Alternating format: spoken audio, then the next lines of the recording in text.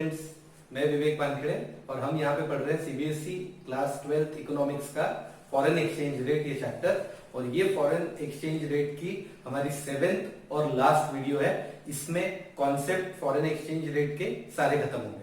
सो आज का जो हमारा टॉपिक है वो है फॉरेन एक्सचेंज मार्केट। ओके, अभी तक हमने फॉरेन एक्सचेंज के बारे में भी पढ़ा, हमने इसके डिमांड सप्लाई के बारे में भी पढ़ा, हमने ये भी देखा कि डिमांड सप्लाई में चेंजेस की वजह से फॉरेन एक्सचेंज रेट कैसे चेंज होता है। लेकिन ये जो फॉरेन एक्सचेंज है, इसको जो करने के लिए सबसे बड़ी हेल्प प्रोवाइड करता है, जो एक सिस्टम प्रोवाइड करके देता है, that system is the market, जहां पे बायर और सेलर्स मीट करते हैं। मार्केट की सबसे सिंपल डेफिनेशन हमने क्या पढ़ी है? A place where buyers meet seller. तो it's kind of a system, it's a arrangement, it's not a particular place. क्योंकि ऐसा नहीं कि किसी जगह पे जहां पे ट्रेडिंग हो रही है मतलब बस वो एक जगह है, उसको ही हम मार्केट कह रहे हैं।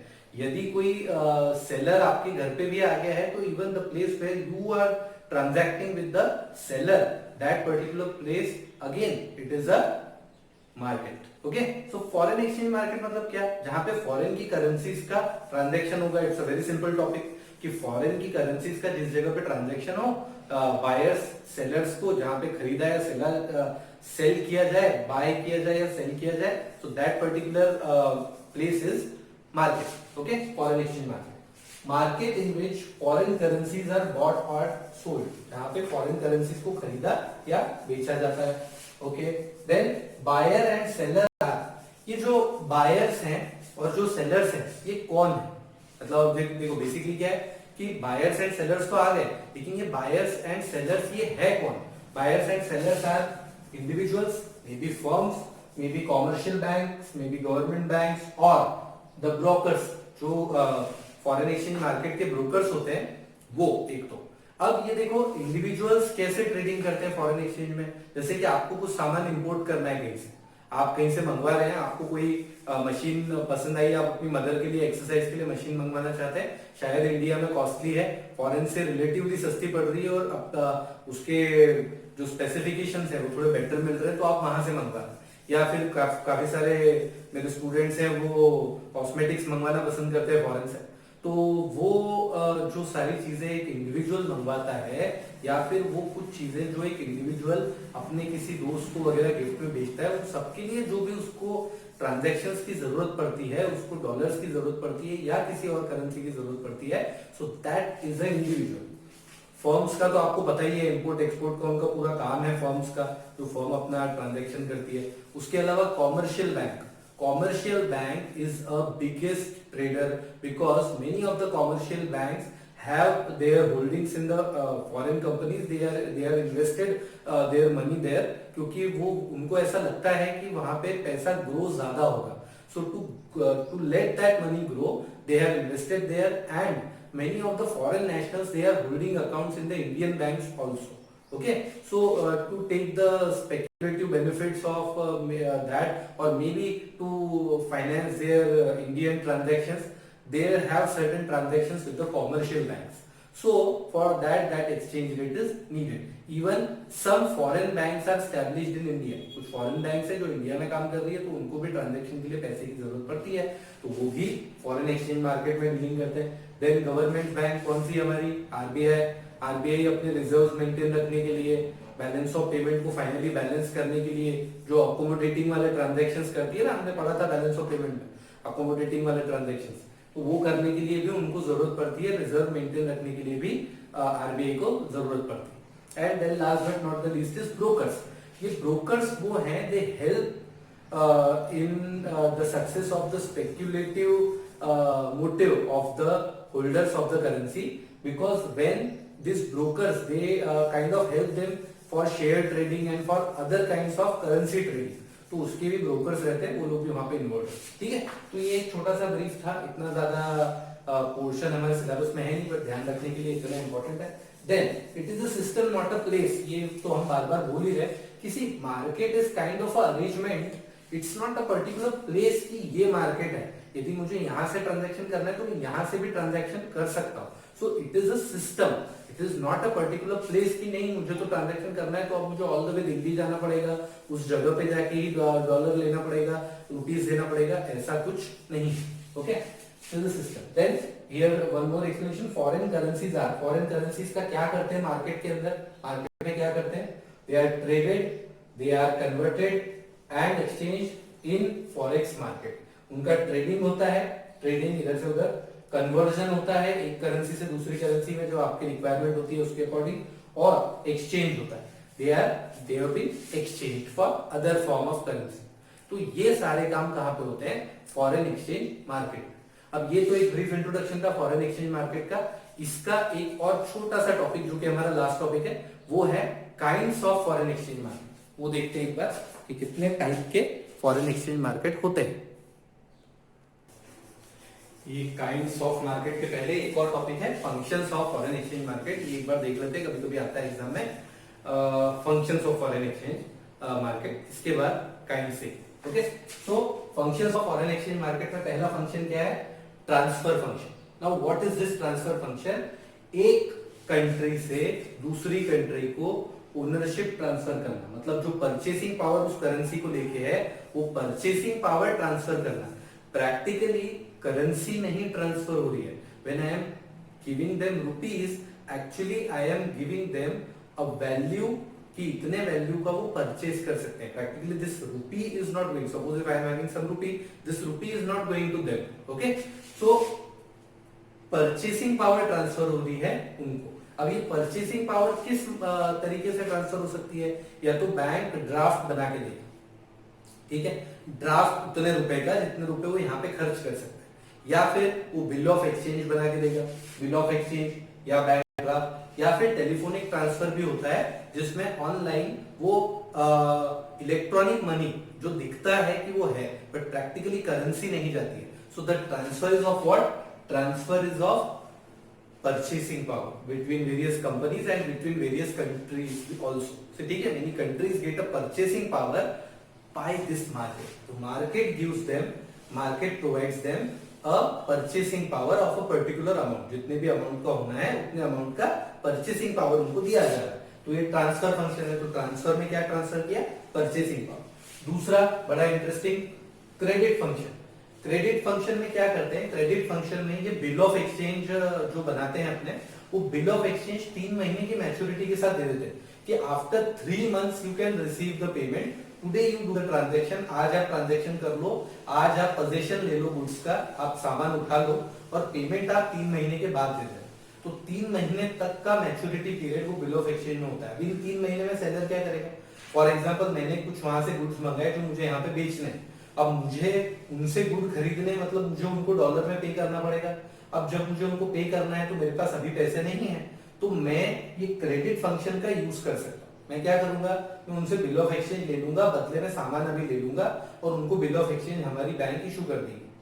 3 महीने के बाद या within the period of 3 months they can come and claim their money and I have to pay them. तो इन 3 महीने में मैं क्या करूंगा, जो सामान आ गया है तो I will take the position, I will sell that, मैं वो सामान को बेचूंगा, मनी ऑब्टेन कर लूंगा so that I can pay it back.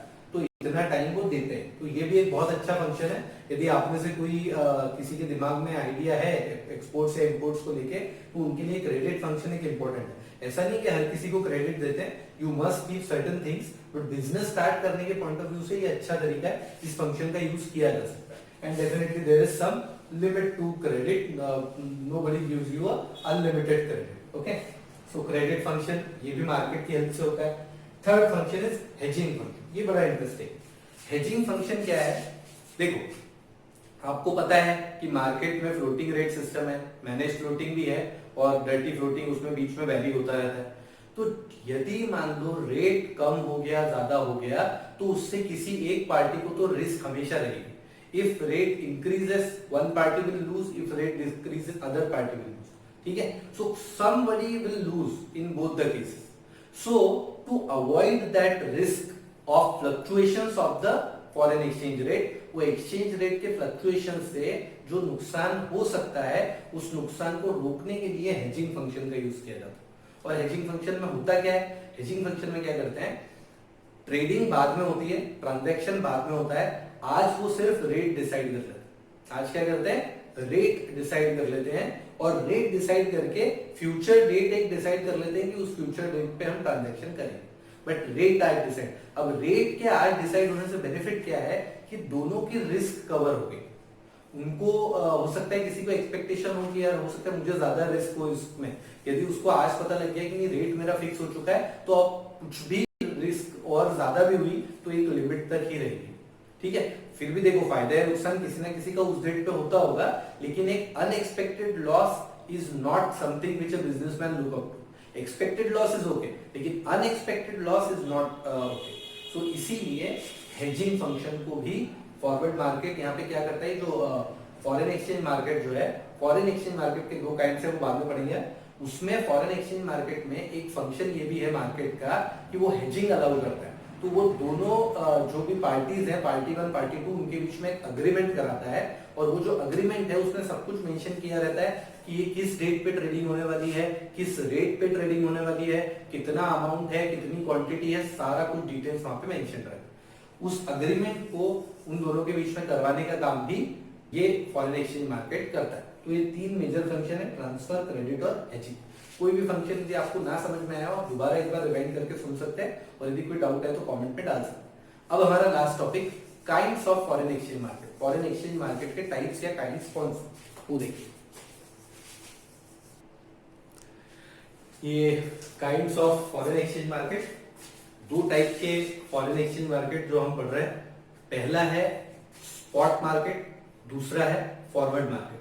अब ये नाम से ही काफी क्लियर है दोनों कि जो फॉरवर्ड मार्केट है, वो फॉरवर्ड मार्केट में जो भी ट्रेडिंग है वो फॉरवर्ड मतलब आगे कभी होगा, लेकिन रेट आज डिसाइड होगा। और spot market, spot on the spot, यानी कि आप अभी ट्रांजैक्शन करने के लिए आए और अभी ही ट्रेडिंग हो गया। तो ये सॉरी, ये जरा माइक ठीक कर, ओके। सो स्पॉट मार्केट और फॉरवर्ड मार्केट देखते हैं। Spot market, receipts and payments made immediately, spot on the spot, अभी आए, अभी ट्रांजैक्शन करना है, अभी जो भी रेट चल रहा है वो देखो और उसके अकॉर्डिंग ट्रांजैक्शन कर लो। ट्रांजैक्शन स्पॉन्टेनियस होने के बाद भी उसमें 2 दिन का टाइम दिया जाता है, क्योंकि चेक क्लियरिंग वगैरह होने का जो प्रोसेस है it takes time. So 2 business days, this much time at least is given। Spot मतलब ऐसा नहीं कि अभी ही ट्रांजैक्शन होता है, because many payments are done in cheque, so that needs some time for clearance. So 2 business days दिए जाते हैं। इसमें जो ट्रांजैक्शन का रेट यूज होता है that is spot exchange rate, यानी कि जो भी चल रहा है उसको करंट एक्सचेंज रेट बोलते हैं।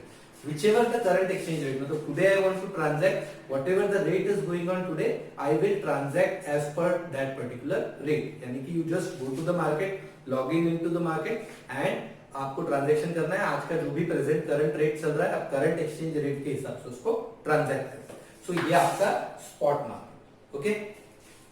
इससे ज्यादा डिटेल में भी है नहीं हमारे सिलेबस में। फॉरवर्ड मार्केट, फॉरवर्ड मार्केट क्या है, सेल और purchase on future date. Sale या परचेज कब होगा, फ्यूचर डेट। ये फ्यूचर डेट पहले से डिसाइडेड होगी, okay. So on a particular date, rate as per decided today. Whatever the rate you will be deciding today, it can be the current exchange rate, also it can be some decided rate or whatever। जो भी rate आपने आज decide कर लिया है उसके basis पे जो ट्रांजैक्शन है, ट्रांजैक्शन फ्यूचर में होगा, लेकिन रेट कौन सा होगा जो आज आप डिसाइड करें। So whatever the rate will be agreed today, that has to be the rate for the transaction on a future date. And suppose if that person doesn't meet the future date, यदि वो future date को meet नहीं करता है, then it has to be another agreement, फिर ये नहीं consider हो। तो जो रेट आज डिसाइड होगा, जो फ्यूचर डेट डिसाइड हुई है उसी पे ट्रांजैक्शन होगा, ओके। देन इसमें जो रेट यूज होता है that is forward exchange rate. Forward exchange rate समझ गए आप, स्पॉट एक्सचेंज रेट मतलब अभी का, और फॉरवर्ड एक्सचेंज रेट मतलब आगे, ठीक है, जो आगे के लिए। अब ये क्यों होता है, ये फॉरवर्ड मार्केट होता ही क्यों है, ऐसा ही क्यों नहीं करते कि ऑन स्पॉट, इसलिए to minimize risk of losses due to the change in foreign exchange rate. See many times you are looking up to certain things, आप कोई बिजनेस करना चाह रहे हैं लेकिन आज नहीं करना, so you have certain time period जिसके पहले कि आप कंफर्मेशन चाह रहे हैं। और फ्यूचर में यदि आप ट्रांजैक्शन करेंगे तो हो सकता है ट्रांजैक्शन का डेट तो डिसाइड कर ले, लेकिन जो रेट है वो ऑन स्पॉट आपको तब महंगा पड़ रहा है। सो टू अवॉइड दैट रिस्क, उसकी वजह से जो लॉस होंगे उसको कवर करने के लिए कौन सा फंक्शन था ये बैंक का, हेजिंग फंक्शन। तो हेजिंग फंक्शन से मार्केट ये काम आपके लिए इजी कर देता है, तो उसकी वजह से ही करते हैं। दूसरा, कुछ प्रॉफिट मोटिव से भी करते हैं। हो सकता है कि आज का रेट मेरा 10 का चल रहा हो और फ्यूचर में 12 होने वाला है, ऐसा मुझे एक्सपेक्टेड है, बट मैं अभी कमिटमेंट करके 12.5 फिक्स कर लेता हूँ। इसका मतलब मेरा 0.5 का उधर एक्स्ट्रा बेनिफिट होने के चांस, और हो सकता है कि वो 12 ना भी हो। तो ये भी है, एक स्पेकुलेशन वाला भी मोटिव रहता है, प्रॉफिट मोटिव भी रहता है फॉरवर्ड मार्केट का, या फिर रिस्क को कवर करने के लिए भी रहता है। ओके, तो फॉरवर्ड मार्केट और स्पॉट मार्केट, एक है जो अभी के अभी डीलिंग हो जाता है, एक है जो फ्यूचर में डीलिंग होता है, बट रेट हम आज डिसाइड कर लेते हैं ताकि हमको ज्यादा रिस्क ना हो। तो ये हमारे दोनों टॉपिक थे, जो कि स्पॉट मार्केट और फॉरवर्ड मार्केट और काइंड्स ऑफ मार्केट के साथ ये फॉरेन एक्सचेंज रेट चैप्टर हमारा यहाँ पे खत्म होता है। जितने भी कॉन्सेप्ट्स हमारे सिलेबस में है इस पूरी यूनिट के, बैलेंस ऑफ पेमेंट के भी और फॉरेन एक्सचेंज रेट के भी, ये दोनों ही हमारे कवर हो चुके हैं। 6 मार्क्स की यूनिट बड़ी इंटरेस्टिंग है, और 6 मार्क्स वेटेज सीबीएसई में भले ही हो, लेकिन फ्यूचर में काम की बहुत सारा, ठीक है। और वापस से जो इंस्ट्रक्शन हर वीडियो में देता है, book reading is very important. Exam के क्वेश्चंस जो बुक के पीछे दिए हैं वो, और जो सीबीएसई एग्जाम में आए हैं वो, practising those questions is very important. wherever you get stuck, जो भी डाउट हो, you can put it into the comment, I will revert, and till then prepare well. See you in the next video. Thank you.